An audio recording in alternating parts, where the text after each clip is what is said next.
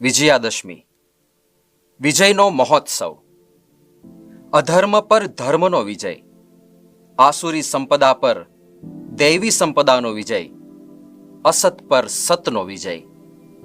આજના દિવસે ભક્તિના સાક્ષાત સ્વરૂપ સમાન સીતાજી રાવણની બંદીમાંથી છૂટીને ભગવાન રામચંદ્રજી પાસે પધારેલા. અર્થાત અધ્યાત્મ પથગામી મુમુક્ષુઓ માટે આજે અસત તરફથી સત તરફ ગતિ કરવાનો દિવસ છે. પરંતુ તે માટે પ્રથમ તો સાધના પથ પર અસત શું છે અને સત શું છે તેનો ભેદ, તેનો વિવેક જાણવો અત્યંત અનિવાર્ય છે. પ્રમુખ સ્વામી મહારાજ દ્રષ્ટાંત આપતા હતા. ઓલો શિલ્પકાર હતો, એનો પુત્ર હતો, તો એનો પુત્ર બધી મૂર્તિઓ સારી સારી ઘડે અને મૂર્તિઓ સરસ ઘડે, અને એના પિતાશ્રી હતા એ શિલ્પકાર. તો એને બતાવે, પિતા જુએ, આમ રાજી થાય, પણ ભૂલ થોડી કાઢે કે બેટા આમાં આંખ છે ને થોડી ઝીણી થઈ ગઈ. હવે આ તો પથ્થરમાંથી મૂર્તિ ઘડી હોય એટલે હવે એમાં કાંઈ ફેરફાર ના થાય, હવે તો નવી જ ઘડવી પડે. બીજી મૂર્તિ ઘડે, બેટા બહુ સરસ મૂર્તિ થઈ, પણ આ હોઠ છે ને એનો આમ બરાબર સારા નથી થયા અને જાડા થઈ ગયા છે. કંઈક બીજી ભૂલ કાઢે. છોકરાને વારંવાર બાપે ભૂલ કાઢી, કંટાળી ગયો. એટલે પછી છોકરો બાપ મને બોલાવે કરે નહીં. અને છોકરો હોશિયાર હતો, એણે એક મૂર્તિ ઘડી અને એણે એના જે નદી કિનારા બાજુ જે જતા હશે જ્યાં ક્યાંક ત્યાં રસ્તામાં દાટી દીધી. એના બાપાએ પૂછ્યું કે ઘણા દિવસથી મને બોલાવ્યો નથી, કેમ કાંઈ મૂર્તિનું કામ થતું નથી? કે હવે મૂડ નથી હમણાં.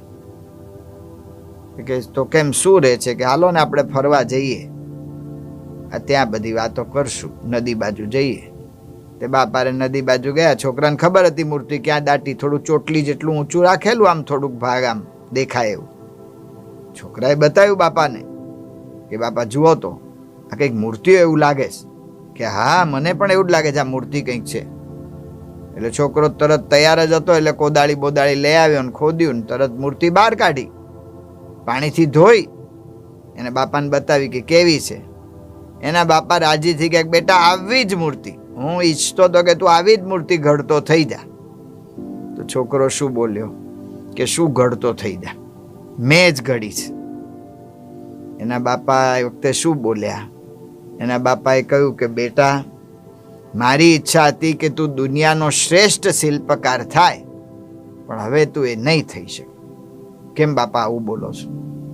કારણ કે તને તારી ભૂલ જોવાની હવે તારી તૈયારી નથી. તને એમ થઈ ગયું કે હું સર્વશ્રેષ્ઠ છું એટલે હવે તું આગળ નહીં વધી શકે. જો આ વાત કરતા સ્વામી, અવગુણ આપણે જો રાખી મૂકીએ છીએ એનાથી આપણને અશાંતિ થાય, આગળ પણ ના વધી શકે. આ લૌકિક રીતે જોઈએ તો એની અંદર પણ એ જ દેખાય છે. અત્યારે આપણે બધા કોલગેટ કંપનીની ટૂથપેસ્ટ કે બીજા બધું અમુક સાબુ કે એવું બધું વાપરીએ છીએ કોલગેટનું. હવે આ કંપની એની અંદર એક ભાઈ સાબુ વેચતા હતા, અને સાબુ વેચતા હતા અને એનો સાબુ કંઈ વેચાય જ નહીં. એટલે બનાવે ને વેચે પણ વેચાય જ નહીં. એણે પછી શું કર્યું આ ભાઈએ? તો બધાને મફતમાં આપી દીધા સાબુ. મફતમાં સાબુ આપ્યા અને પાછા બધાની આગળ પૂછપરછ કરે કે આમાં તમને શું ભૂલ દેખાય છે, તમને શું બરાબર નથી દેખાતું, એની નોંધ કરે, એને સુધારે. એમ કરતા સુધારો કરતા એ કંપની આગળ વધી ગઈ અને કંપનીના અધ્યક્ષે થઈ ગયા.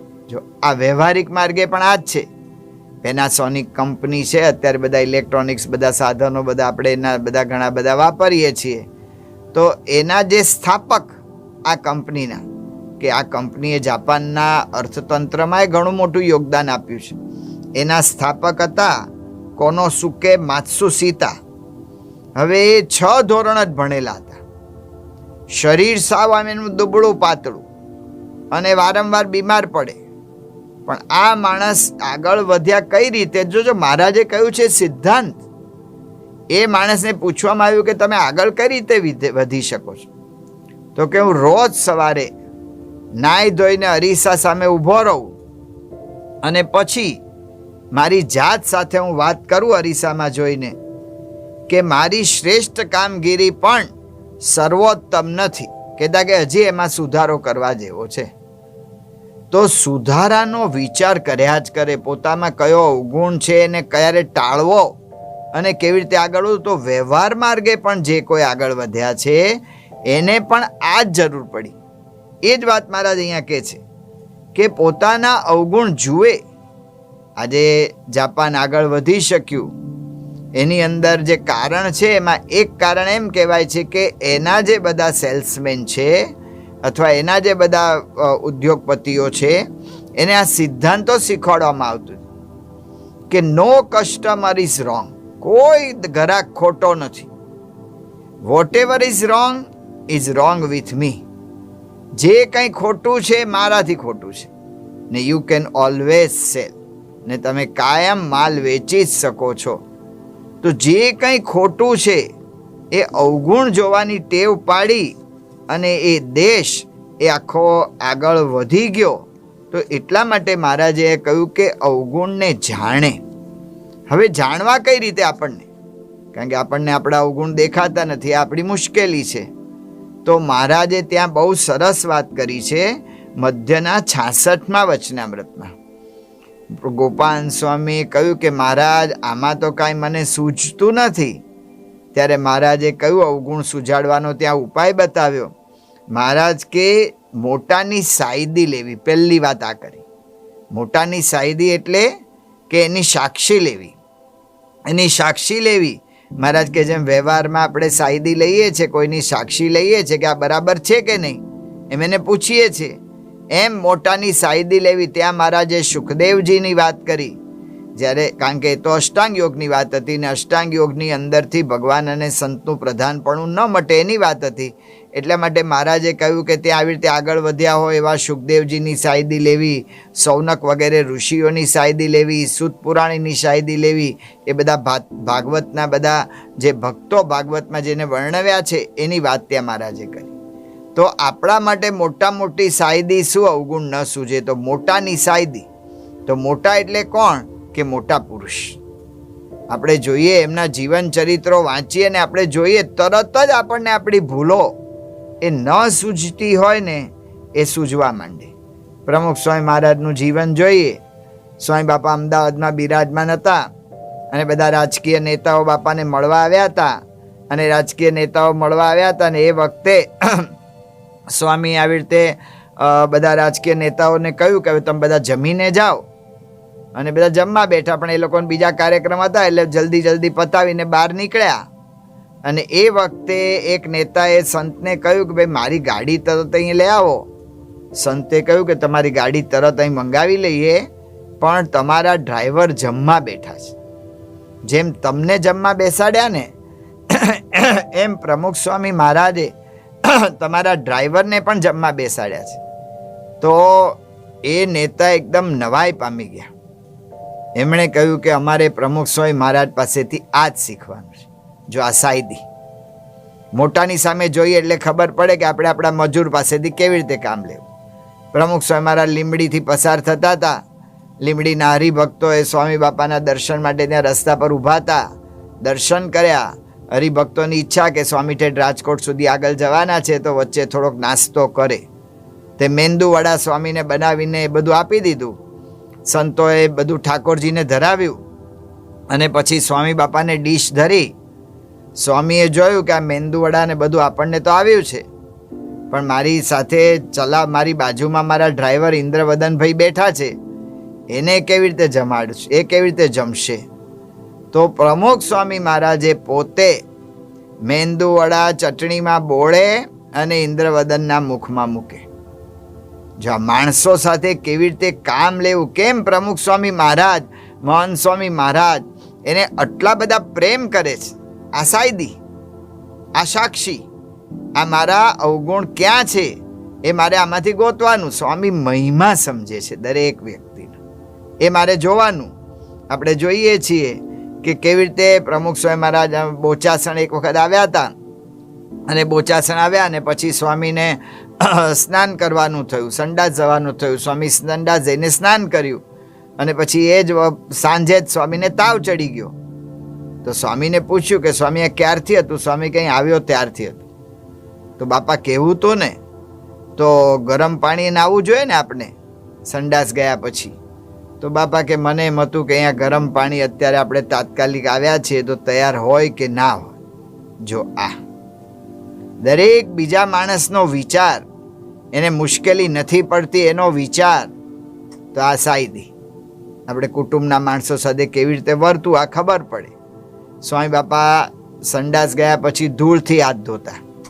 યોગીચરણ સ્વામી હતા, એ સ્વામી બાપા સંડાસમાંથી બહાર નીકળ્યા પછી યોગીચરણ સ્વામી ગયા. સ્વામી બાપાએ હાથ ધોઈ નાખ્યા, સ્વામીની કાયમ પ્રકૃતિ ટબ બબ બધું સાફ કરી નાખ્યું. પછી સ્વામીએ બીજી ધૂળ મૂકી. તો સંતોએ પૂછ્યું બાપા તમે હાથ ધોઈ નાખ્યા ને કેમ ફરી મૂકી? સ્વામી કે યોગીચરણ સ્વામી આવશે ને એને જોઈશે ને એના માટે જો, તો એની સેવા કરવાની વૃત્તિ. આ આપણને તરત ખબર પડે. મહંત સ્વામી મહારાજ છે, એમણે એક વખત અમેરિકાના બાળકો શિબિર માટે આવ્યા હતા, અને સ્વામીએ પ્રવચન કર્યું. સ્વામીને એમ લાગ્યું કે આ બધા બાળકો છે, એ બાળકોને મેં પ્રવચનમાં થોડી ભારેખમ વાત કરી દીધી છે. તો મહંત સ્વામી મહારાજે એ પ્રવચન પછી માફી માંગતો પત્ર લખ્યો કે આવી રીતે મારાથી આ ભૂલ થઈ છે. હવે ભૂલ જેવું તો કંઈ હતું જ નહીં, તો જો માફી માગે છે. જો આ આપણને આવી રીતે મારે કેવી રીતે વર્તવું, કુટુંબમાં કેવી રીતે વર્તવું, મારા વ્યવહારના માણસોમાં મજૂર વગેરે સાથે કેવી રીતે, તો આ બધી સાયદી આપણને, બધી સાક્ષી આપણા માટે મોટા મોટી કૃપા એ છે કે એવા ભગવાનને, એવા સંત, એવા ગુરુ પરંપરા આપણને પ્રાપ્ત થઈ છે ને આપણને બધું જ માર્ગદર્શન બધું મળી જાય એવું છે. તો સ્વામી બાપાએ આવી રીતે માફી માગી બાળકોની. સ્વામી બાપા આવી રીતે, તો એવી રીતે કોઈ પણ આપણને ખ્યાલ આવે છે. પ્રમુખ સ્વામી મહારાજ ઓલું આંખે કોન્ટેક્ટ લેન્સ હોય એ સ્વામીને સવારે પહેરાવે, એ વખતે સ્વામીને ટીશ્યુ પેપર આપે. તો એ ટીશ્યુ પેપર સ્વામી આંખેથી એનાથી જે કંઈ ઓલું આપણે ટીશ્યુ પહેરાવે, સોરી કોન્ટેક્ટ લેન્સ પહેરાવે, એ વખતે જે કંઈ આપણે સ્વામીને તકલીફ થાય એટલે આંસુ જેવું નીકળે તો એનાથી લૂછી નાખે. પછી એ ટીશ્યુ ફેંકી ના દે, ઓશિકા નીચે ભરાવી રાખે. ફરી પાછા જ્યારે કોન્ટેક્ટ લેન્સ કાઢે ત્યારે ટીશ્યુની જરૂર પડે ત્યારે એ જ ટીશ્યુ વાપરે. જો આ પ્રમુખ સ્વામી મહારાજ, આપણે આવા જીવન ચરિત્રો વાંચીએ, મહંત સ્વામી મહારાજના પ્રસંગો જાણીએ, યોગીજી મહારાજના જીવન ચરિત્ર બધું વાંચીએ તો આપણને આમાંથી સહેજે સહેજે કેમ વર્તું ને મળી જાય. જો ભૂલ ન દેખાતી હોય તો મહારાજ કે આમાંથી ભૂલ દેખાય અને એનો ઉકેલ કેમ લાવવો એ પણ સૂજી જાય. તો એટલા માટે એક વાત મહારાજે ત્યાં મધ્યના 66માં એ કરી કે સાયદી લેવી, અને બીજી વાત મહારાજે મધ્યના 66માં કરી કે પ્રાર્થના કરવી ભગવાન, કે હે ભગવાન મને મારા અવગુણ દેખાડજો અને એનો નાશ કરજો. પ્રભુ મને થાજે એવો અનુકૂળ, જેથી મને સૂજે મારી ભૂલ. પ્રભુ મને થાજે એવો અનુકૂળ. તો અવગુણ જોવા માટે આ કરું, અને દેખાયા પછી શું કરું? સૂજ્યા પછી તો મહારાજ કે પોતાના જે અવગુણ હોય એને જાણે ને વિચાર કરીને એનો ત્યાગ કરી દે. એનો વિચાર કરે. વિચાર કરે તો ખબર પડે. જ્યારે અવગુણ આપણે ધારો કે માન કે કોકને મારા જેવાને વઢવાનો અવગુણ હોય કે બીજો કંઈ અવગુણ હોય, ત્યારે આપણને આમ આનંદ આવે કે આજે ઠપકાર દીધા, કેટલા વખતથી બરાબર કામ નહોતા કરતા, હવે એને કહેવું જ પડે ને એમ તેમ. પણ એ જે ઠપકારી દીધા હોય, કર્યા હોય, એમાં જે ક્રોધ વ્યાપ્યો હોય એના અંતરમાં અશાંતિ રહ્યા જ કરે છે. તો અવગુણ કોઈ પણ છે ને આપણને ક્યારેય સુખ લેવા દેતા નથી, શાંતિ લેવા દેતા નથી. સત્સંગમાં આપણે જોઈએ છે પવિત્રાનંદ સ્વામીનું અપમાન નાના સંત અક્ષર પુરુષ દાસે કર્યું, એને અશાંતિ થઈ ગઈ અને એમને અંતરમાં એકદમ દુઃખ થઈ ગયું અને એમાં બીમાર પડી ગયા, સાયકિક તાવ આવી ગયો એમને. ત્યારે એમને વિચાર એ જ આવ્યા કરે કે હું આવો નાનો સાધુ અને હું આટલો મોટો, મને બોલી ગયો, એને દંડ કરવો જોઈએ. બીજો વિચાર એવો આવે કે મારો કોઈ પક્ષ ના લીધો, તો બધા હું આટલું સારું કામ કરું છું તોય કોઈ મારો પક્ષ લેતું નથી. ત્રીજા એવા વિચાર આવ્યા કરે કે વૃદ્ધાવસ્થામાં આ જ આપણે સહન કર્યા જ કરવાનું છે, આવું જ બધું આપણી સેવા કરીએ એનું શું ફળ? તો જ્યાં સુધી બીજાના અવગુણનો